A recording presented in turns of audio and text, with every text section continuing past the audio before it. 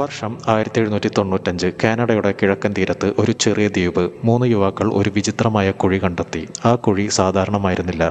മണ്ണ് നേരത്തെ ആരോ കുഴിച്ചിട്ട് വീണ്ടും മൂടിയതുപോലെ തോന്നി. അവർ കുഴിക്കാൻ തുടങ്ങി. പക്ഷേ ഓരോ 10 അടിയിലും മരത്തടികൾ, വിചിത്രമായ അടയാളങ്ങൾ. അവസാനം കുഴിയിലേക്ക് കടൽവെള്ളം കയറി തുടങ്ങി.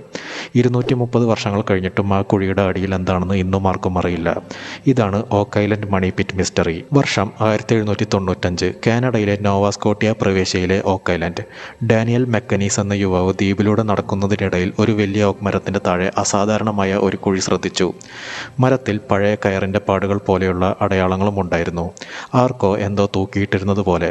സുഹൃത്തുക്കളെ കൂട്ടി അവൻ കുഴിക്കാൻ തുടങ്ങി. ആദ്യ കുറച്ച് അടികൾ വരെ സാധാരണ മണ്ണ്. പക്ഷേ ഏകദേശം ഓരോ 10 അടിയിലും മരത്തടികളുടെ പാളി. വീണ്ടും മണ്ണ്, വീണ്ടും മരത്തടികൾ. ഇങ്ങനെ തുടർന്നു. ഇത് സ്വാഭാവികമായി രൂപപ്പെട്ട കുഴിയല്ലെന്ന് എല്ലാവർക്കും തോന്നി. ആരോ മനഃപൂർവ്വം നിർമ്മിച്ച ഒന്നായിരുന്നു അത്. പിന്നീട് വിവിധ കമ്പനികൾ ഈ കുഴി കുഴിക്കാൻ തുടങ്ങി. ഓരോ തവണയും കൂടുതൽ ആഴത്തിലെത്തുമ്പോൾ പെട്ടെന്ന് കടൽവെള്ളം കുഴിയിലേക്ക് ഒഴുകിയെത്തും. മണിക്കൂറുകൾക്കുള്ളിൽ മുഴുവൻ കുഴിയും വെള്ളം നിറയും. ഇത് സാധാരണ സംഭവമല്ലായിരുന്നു.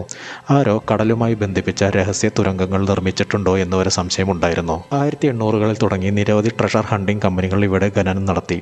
ഓരോ തവണയും പുതിയ ഉപകരണങ്ങൾ, പുതിയ പദ്ധതികൾ. പക്ഷേ നിധി കണ്ടെത്താനായില്ല. ഇതിനകം കോടിക്കണക്കിന് ഡോളറാണ് ഈ അന്വേഷണത്തിന് ചെലവായത്. ഇപ്പോൾ ആ കുഴിയുടെ അടിയിൽ എന്താണ്? ഒരു തിയറി പൈറേറ്റ്സ് ഒളിപ്പിച്ച നിധി. മറ്റൊരു തിയറി നൈറ്റ്സ് ടെംപ്ലറിന്റെ രഹസ്യനിധി.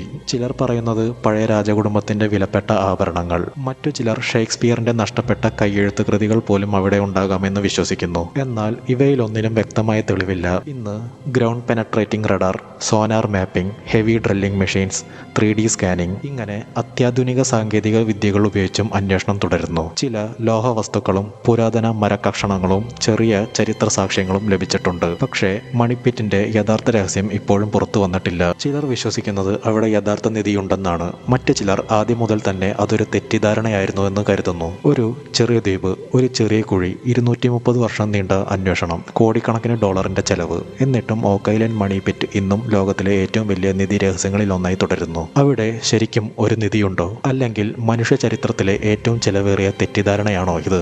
നിങ്ങൾക്കിതിനെപ്പറ്റി എന്താണ് തോന്നുന്നതെന്ന് കമൻറ്റ് ചെയ്യുക. അതുപോലെ ചാനൽ ആദ്യമായിട്ടാണ് കാണുന്നതെങ്കിൽ സബ്സ്ക്രൈബ് ചെയ്യാനും ഫ്രണ്ട്സിന് ഷെയർ ചെയ്ത് കൊടുക്കാനും മറക്കരുത്. നാളെ ഞാൻ മറ്റൊരു വീഡിയോ ആയിട്ട് വരും.